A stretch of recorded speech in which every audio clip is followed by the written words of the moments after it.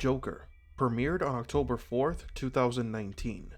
This film promised to be the most grounded and damaged interpretation of the clown prince of crime. The movie is full of different psychological and philosophical themes, as well as many references to the DC comics. Yet there is a story behind the movie that you may not have noticed, one that could completely change your point of view and question what you have just witnessed. What if this film isn't just a simple origin story of a comic book villain, but a manifestation of something more? Today, we're going to take a look at the hidden story behind Joker. Warning: spoilers of the film ahead. Joker tells us the story of Arthur Fleck, a man with a difficult life full of disappointments and problems.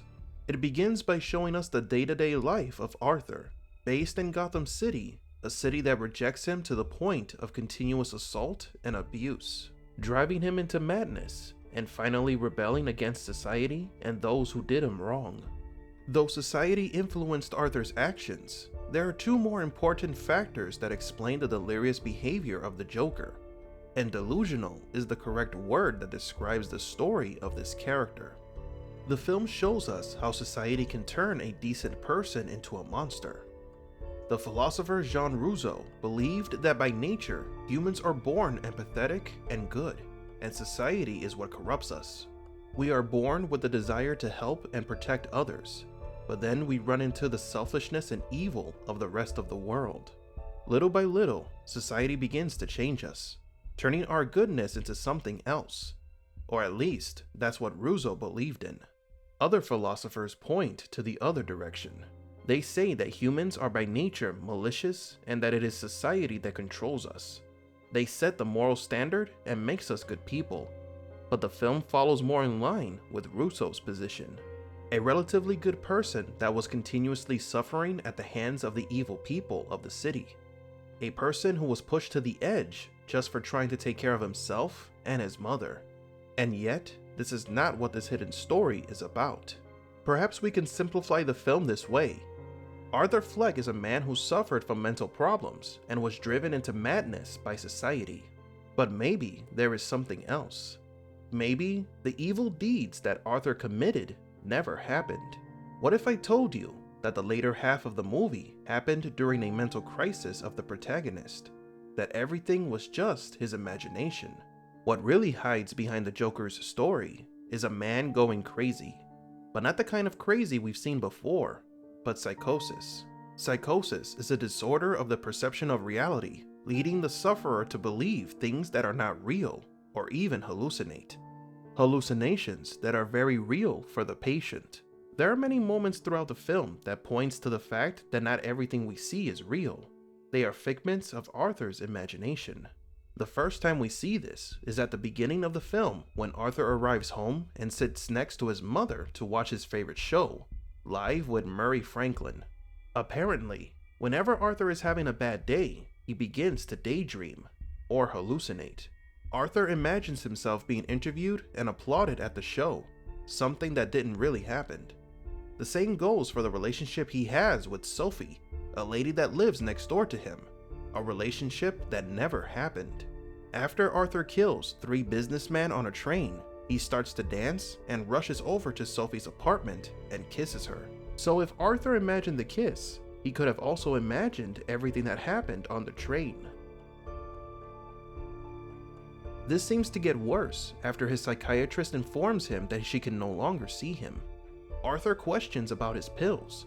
He uses more than 7 different medications for his disorders. The film tells us that he suffers from a strange condition that causes him to laugh when he is upset or nervous. And without his medication, this was the drop that spilled the glass. After Arthur discovered the truth of his birth, he falls into a crisis and begins to take out all of those who did him wrong, including his mother. But of course, this could also be a part of his own fantasy or delusion. Arthur, after finally becoming the Joker, he kills the television host, Murray Franklin, and becomes revered and acclaimed by the city's people who are rioting against the system. The film then jumps forward and he is currently detained at the Arkham Hospital, an asylum for the criminally insane. An ambiguous scene that could lead you to believe that most, if not everything you saw in the movie was a fantasy in Arthur's head.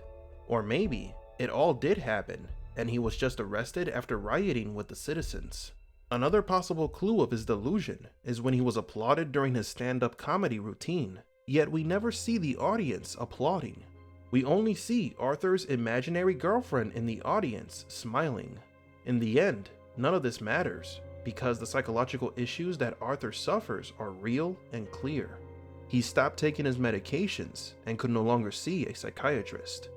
Society abused and pressured him into becoming something truly dangerous. And this is what's really important. Another interesting point in this story is the duality of happiness and sadness.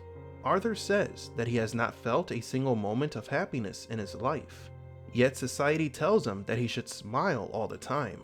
Arthur's comedy failed not because he didn't like being a comedian, but because he couldn't convey happiness in his jokes.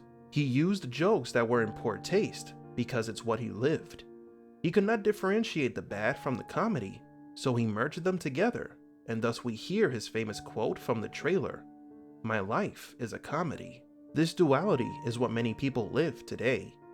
They must pretend to be happy every day because socially we should always put on a happy face. Something that leads to an excerpt of Arthur's notebook, which says, "The worst part about having a mental illness is people expect you to behave as if you don't." And this is precisely the premise of the film. Nobody understands Arthur nor his conditions. He feels marginalized, pushed to the brink of madness. According to the information on the web, pathological laughter can be developed by other diseases such as the Angelman syndrome, which is a genetic disorder that affects the nervous system, giving the impression of cheerfulness and uncontrollable laughter. And this is the worst of Arthur's suffering. That everyone believed he was laughing because he was happy, because he was a clown. But in truth, it was a mental condition, that which triggered the character's personal crisis. In retrospect, this version of the Joker is not one that has an ideal, as he mentions at the end of the film. He is not like other Jokers with a nihilistic moral compass. He is a person with a mental illness that has been taken to the extreme by society. Always pretending to be happy and losing his sanity, he went after those he hated. Then again, maybe we simply witnessed his own delusions. What did we just saw?